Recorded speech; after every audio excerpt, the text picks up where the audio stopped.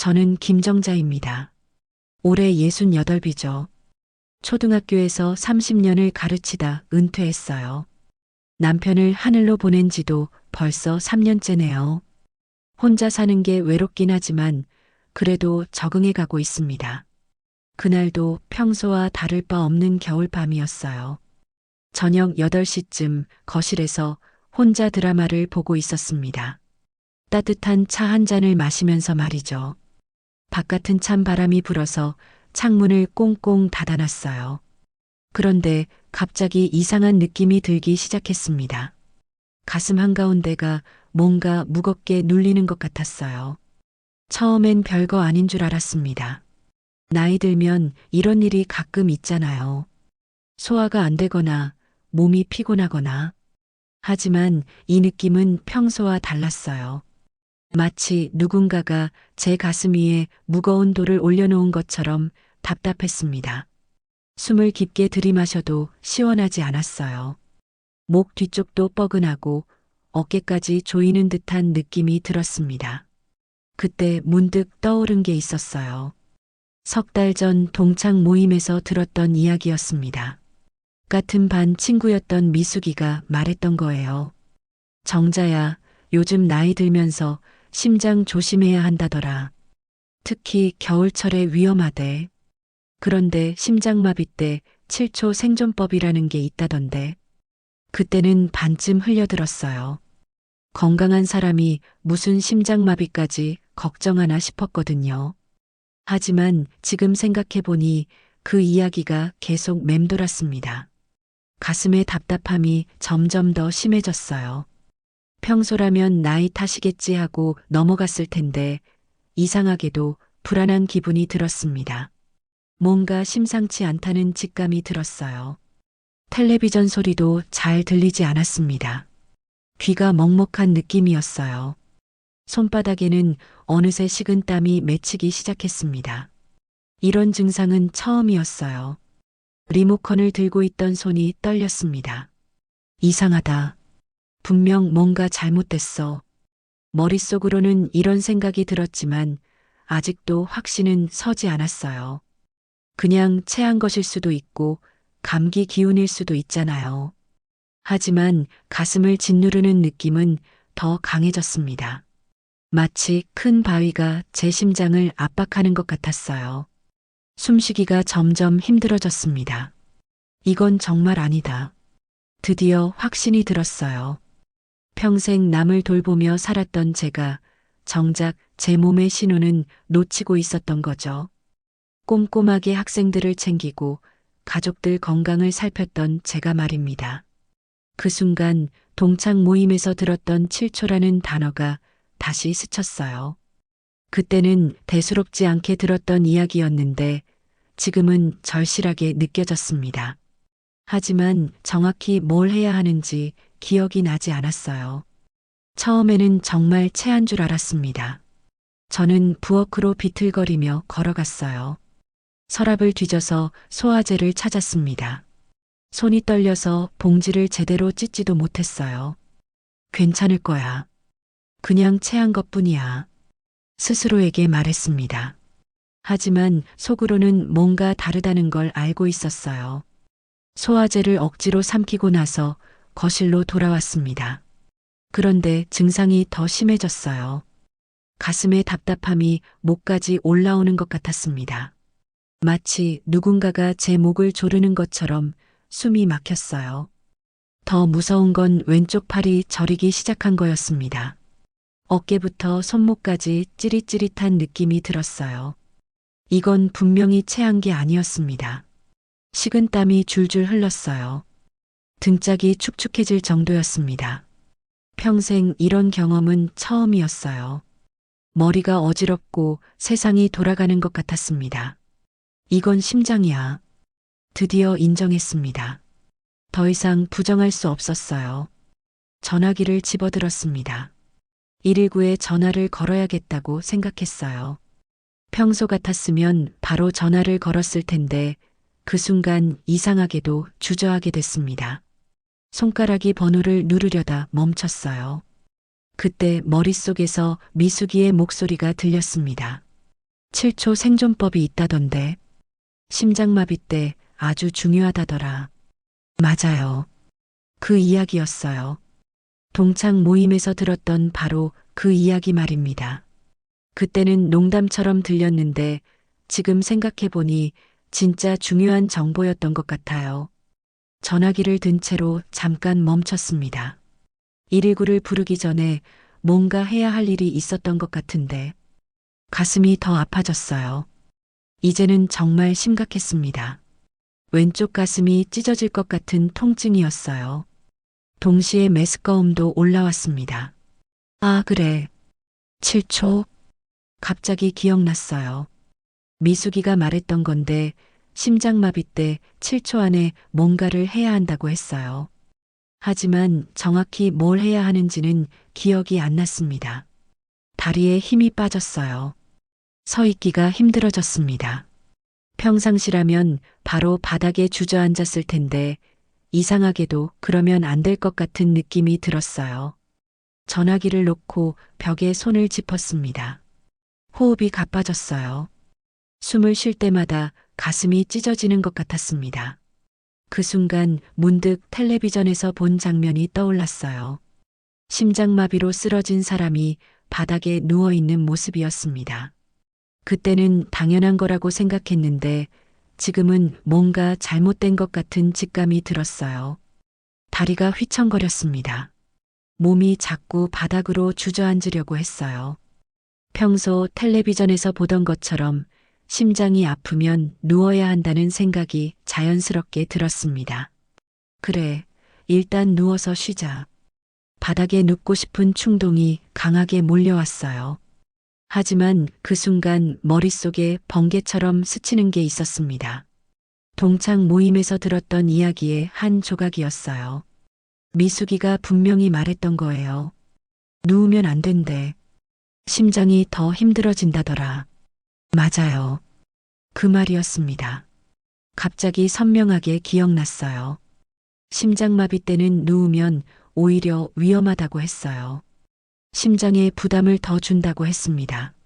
아, 그래. 앉아야 해. 벽에 등을 기대고 천천히 앉았습니다. 다행히 거실 소파 옆 벽이 있었어요. 등을 벽에 대고 조심스럽게 주저앉았습니다. 바닥에 완전히 눕지 않고 상체를 세운 채로 앉았어요. 이상했습니다. 앉고 나니까 조금 나아지는 것 같았어요. 완전히 낫지는 않았지만 적어도 숨쉬기가 조금 쉬워졌습니다. 맞았어. 이거였어. 안도감이 들었어요. 생존법의 첫 번째가 바로 이거였습니다. 누우면 안 되고 상체를 세워야 한다는 거였어요. 그때 동창 모임에서 대충 들었던 이야기가 이렇게 중요한 줄 몰랐습니다. 하지만 여전히 가슴은 아팠어요. 왼쪽 팔에 저린 느낌도 계속됐습니다. 식은땀은 더 많이 흘렀어요. 옷이 흠뻑 젖을 정도였습니다. 이제 뭐 하지? 두 번째 단계가 뭐였는지 기억을 더듬어 봤어요. 그때 생각난 게 아스피린이었습니다. 미숙이가 분명히 말했어요. 심장마비 때는 아스피린을 먹어야 한다고, 피를 묽게 만든다고 했습니다. 아스피린. 어디 있지? 집안을 둘러봤어요. 그런데 아스피린이 어디 있는지 기억이 안 났습니다. 평소에 먹던 약이 아니라서 어디에 뒀는지 까먹었어요. 머리가 어지러워서 생각도 잘 안 됐습니다. 그때 현관 쪽에서 소리가 들렸어요. 누군가 문을 두드리는 소리였습니다. 정자 선생님, 괜찮으세요? 젊은 남자 목소리였어요. 옆집에 사는 대학생 진우였습니다.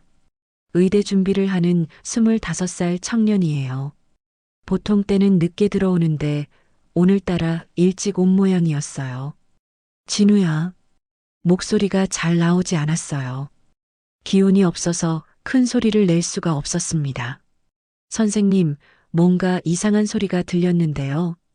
진우가 걱정스러운 목소리로 말했습니다. 문을 열어주고 싶었지만 일어설 기운이 없었어요. 그냥 앉은 채로 대답했습니다. 문 안 잠갔어. 들어와. 진우가 조심스럽게 문을 열고 들어왔습니다. 제가 벽에 기댄 채 바닥에 앉아 있는 모습을 보더니 깜짝 놀랐어요. 선생님, 무슨 일이세요? 급하게 다가왔습니다. 진우는 평소에도 예의가 바른 청년이었어요. 가끔 택배를 대신 받아주기도 하고 무거운 짐이 있으면 도와주곤 했습니다. 의대 준비를 한다고 해서 더 믿음직스러웠어요. 가슴이 아파 간신히 말했습니다. 숨이 가빠서 긴 문장을 말할 수가 없었어요. 진우의 표정이 심각해졌습니다. 119 부를까요? 잠깐만. 약 먼저. 저는 서둘러 말했어요. 그때 갑자기 생각났습니다. 아들이 두고 간 아스피린 말이에요. 6개월 전쯤 아들이 집에 왔을 때 작은 봉지를 하나 놓고 갔어요. 엄마, 만약 모르니까 집에 두세요. 가루 아스피린이에요. 응급할 때 쓰시라고. 그때는 뭐하러 이런 걸 갖다 놔 했는데 지금 생각해보니 아들이 미리 준비해 둔 거였어요. 혹시 모를 상황에 대비해서 말이죠. 저기, 거실 서랍에 작은 봉지가 있어. 진우에게 말했습니다. 진우가 서둘러 서랍을 뒤졌어요. 여러 가지 잡동사니 사이에서 작은 흰 봉지를 찾아냈습니다. 이거요? 봉지를 들고 와서 보여줬어요. 맞아. 그거야. 안도했습니다. 가루 아스피린이었어요. 알약이 아니라 가루 형태라서 더 빨리 흡수된다고 아들이 설명해줬던 기억이 났습니다.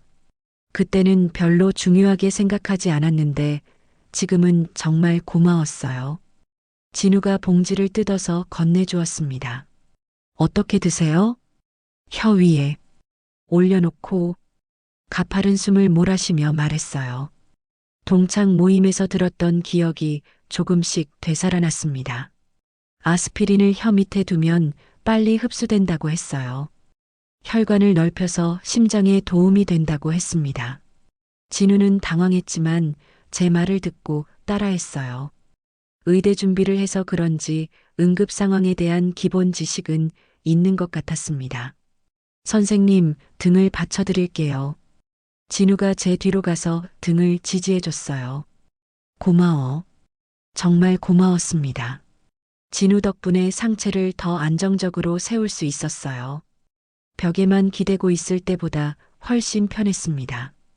호흡도 조금 더 쉬워졌어요. 119는 언제 부를까요? 진우가 걱정스럽게 물었습니다. 조금만 기다려봐. 아직 확신이 서지 않았어요. 아스피린이 효과가 있는지 조금 더 지켜보고 싶었습니다. 가루 아스피린을 혀 위에 올렸습니다. 쓴맛이 입안에 퍼졌어요. 평소 같았으면 얼굴을 찡그렸을 텐데 지금은 그런 게 중요하지 않았습니다. 천천히 녹이세요. 진우가 조심스럽게 말했어요. 아스피린이 침과 섞이면서 빠르게 흡수되기 시작했습니다. 혀 및 혈관을 통해 직접 들어간다고 들었던 기억이 났어요. 알약을 삼키는 것보다 훨씬 빠르다고 했습니다. 등 받치게 해줘. 진우에게 부탁했어요. 진우가 제 등 뒤에서 상체를 받쳐줬습니다. 자연스럽게 상체가 30도 정도 올라갔어요. 완전히 눕지도 않고 완전히 서지도 않은 적절한 각도였습니다. 이 자세가 맞나요? 진우가 물었어요. 응, 좋아.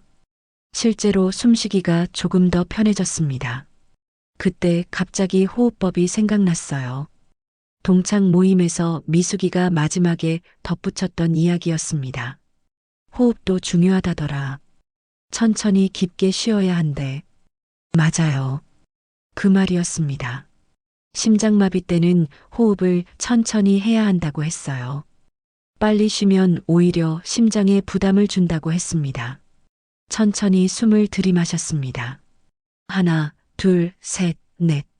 4초 동안 천천히 들이마셨어요. 그 다음에는 더 천천히 내쉬었습니다. 하나, 둘, 셋, 넷, 다섯, 여섯. 6초 동안 길게 내쉬었어요. 선생님, 호흡이 안정되고 있어요. 진우가 놀란 목소리로 말했습니다. 정말 그랬어요. 처음에는 가쁘고 불규칙했던 숨이 점점 안정됐습니다. 4초 들이마시고 6초 내쉬는 리듬을 계속 반복했어요. 아스피린도 효과를 보기 시작했습니다. 가슴을 짓누르던 무거운 느낌이 조금씩 줄어들었어요. 완전히 사라지지는 않았지만 확실히 나아지고 있었습니다. 7초 중얼거렸어요. 뭐라고 하셨어요? 진우가 물었습니다. 7초 생존법. 진짜였어. 감격스러웠습니다. 동창 모임에서 들었던 그 이야기가 정말 효과가 있었어요. 상체 세우기, 아스피린, 호흡법. 3가지가 모두 맞았습니다. 심장이 조금씩 안정되는 걸 느꼈어요. 맥박이 빨리 뛰던 게 점점 정상으로 돌아오고 있었습니다. 왼쪽 팔에 저린 느낌도 줄어들었어요. 신기하다. 진우도 놀라워했습니다. 의대 준비를 하는 진우도 이런 응급처치는 처음 봤나 봐요. 책에서만 읽었던 걸 실제로 경험하고 있었습니다. 정확히 7초가 지나고 나서 맥박이 확실히 안정됐어요.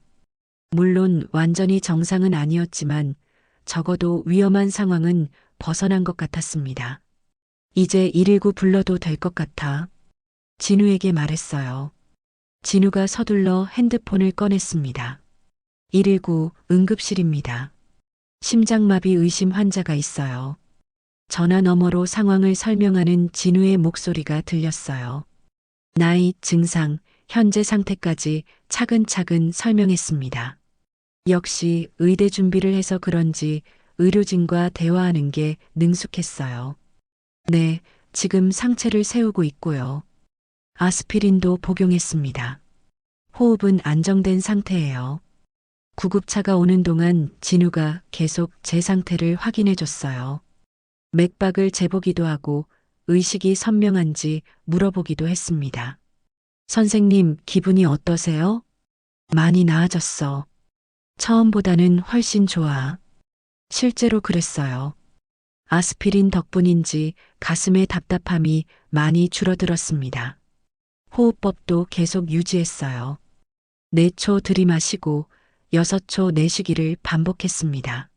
10분 정도 지나서 구급차 사이렌 소리가 들렸어요.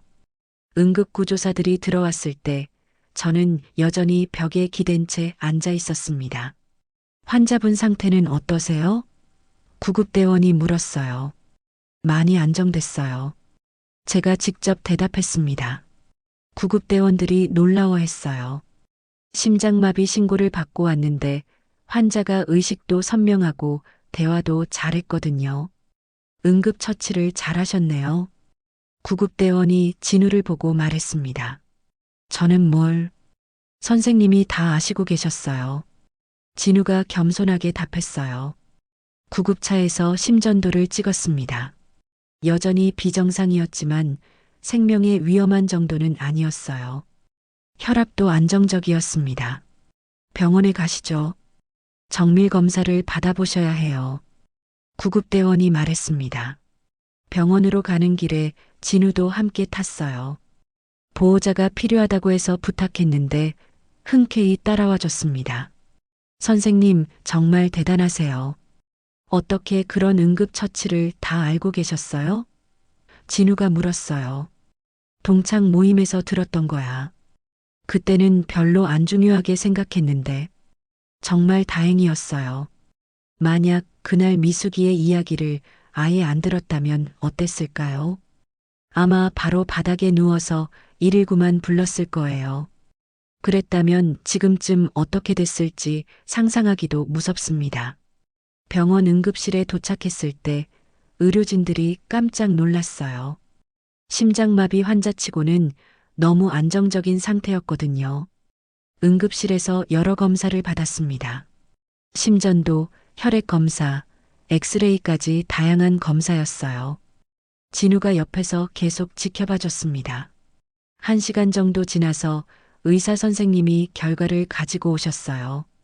50대 중반쯤 되어 보이는 심장내과 전문의였습니다. 김정자 환자분이시죠? 의사가 차트를 보며 말했어요. 네, 그렇습니다. 긴장하며 대답했어요. 정말 신기한 경우네요. 실제로 심장마비가 맞았어요. 하지만 어떻게 이렇게 안정적인 상태로 오신 거죠? 의사의 표정이 신기하다는 듯 했어요. 평소 보던 심장마비 환자들과는 많이 달랐나 봅니다. 응급처치를 조금 했는데요. 제가 설명했습니다. 어떤 처치를 하셨나요? 의사가 관심 있게 물었어요. 상체를 세우고 아스피린을 먹고 호흡을 천천히 했다고 말씀드렸습니다. 의사 선생님이 고개를 끄덕였어요. 정말 잘하셨어요. 특히 상체를 세운 게 중요했습니다. 누웠다면 심장에 더 부담이 갔을 거예요. 진우도 옆에서 듣고 있었는데 신기하다는 표정이었어요. 아스피린도 효과가 있었고요.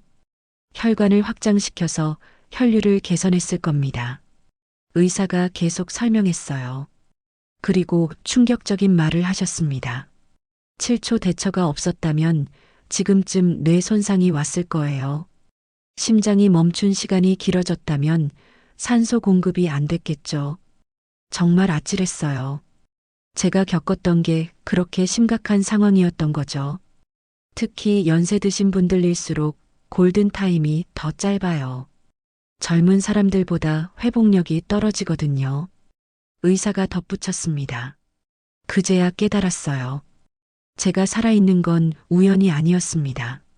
동창 모임에서 들었던 이야기, 아들이 두고 간 아스피린, 진우의 도움, 모든 게 준비되어 있었던 거죠. 앞으로는 정기검진을 받으시고 혈압약도 드셔야 할 것 같아요. 의사가 처방전을 써주며 말했습니다. 진우가 제 손을 꼭 잡았어요. 선생님 정말 대단해요. 저는 의대 준비하면서도 실제로는 이런 상황이 처음이었는데 선생님이 다 알고 계셨어요. 고마워, 진우야.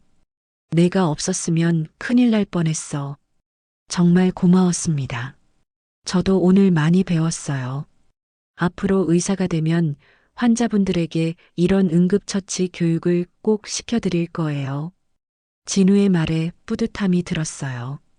제 경험이 다른 사람들에게도 도움이 될 수 있겠다는 생각이 들었습니다. 의사 선생님도 말씀하셨어요. 이런 사례는 정말 드물어요. 보통 심장마비 환자들은 당황해서 잘못된 대처를 하는 경우가 많거든요. 잘못된 대처요? 궁금했어요.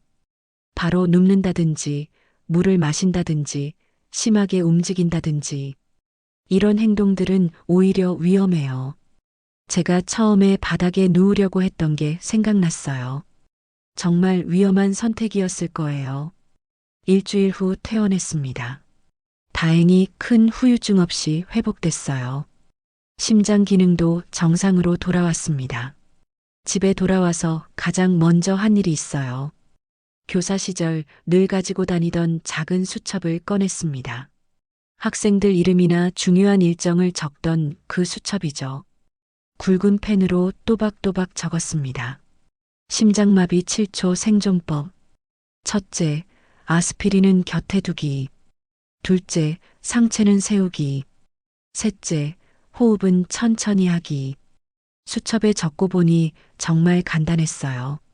하지만 이 간단한 세 가지가 제 목숨을 구했습니다. 며칠 후 동네 경로당에 갔어요. 평소 가던 곳이었는데 오랜만에 가니까 할머니들이 반가워하셨습니다. 정자야, 어디 아팠다더니? 미숙이가 물었어요. 바로 그 미숙이었어요. 7초 생존법을 알려줬던 바로 그 친구 말입니다. 미숙아, 내가 말했던 그거 정말 효과 있더라. 제가 말했어요. 뭐가? 미숙이가 기억을 못하는 것 같았어요. 심장마비 7초 생존법 말이야. 내가 진짜 써먹었어. 그때부터 제 이야기를 들려줬습니다. 그날 밤 있었던 일을 처음부터 끝까지 자세히 말했어요. 경로당에 있던 할머니들이 모두 귀를 기울였습니다. 누군가는 아이고 무서워라 하시고 누군가는 그래서 어떻게 됐어? 하며 궁금해 하셨어요. 그래서 살아서 여기 앉아 있잖아. 제가 웃으며 말했습니다. 그날부터 경로당에서 제 이야기가 유명해졌어요. 할머니들이 서로서로 전해주면서 모두가 알게 됐습니다. 어떤 할머니는 당장 약국에 가서 아스피린을 사오시기도 했어요.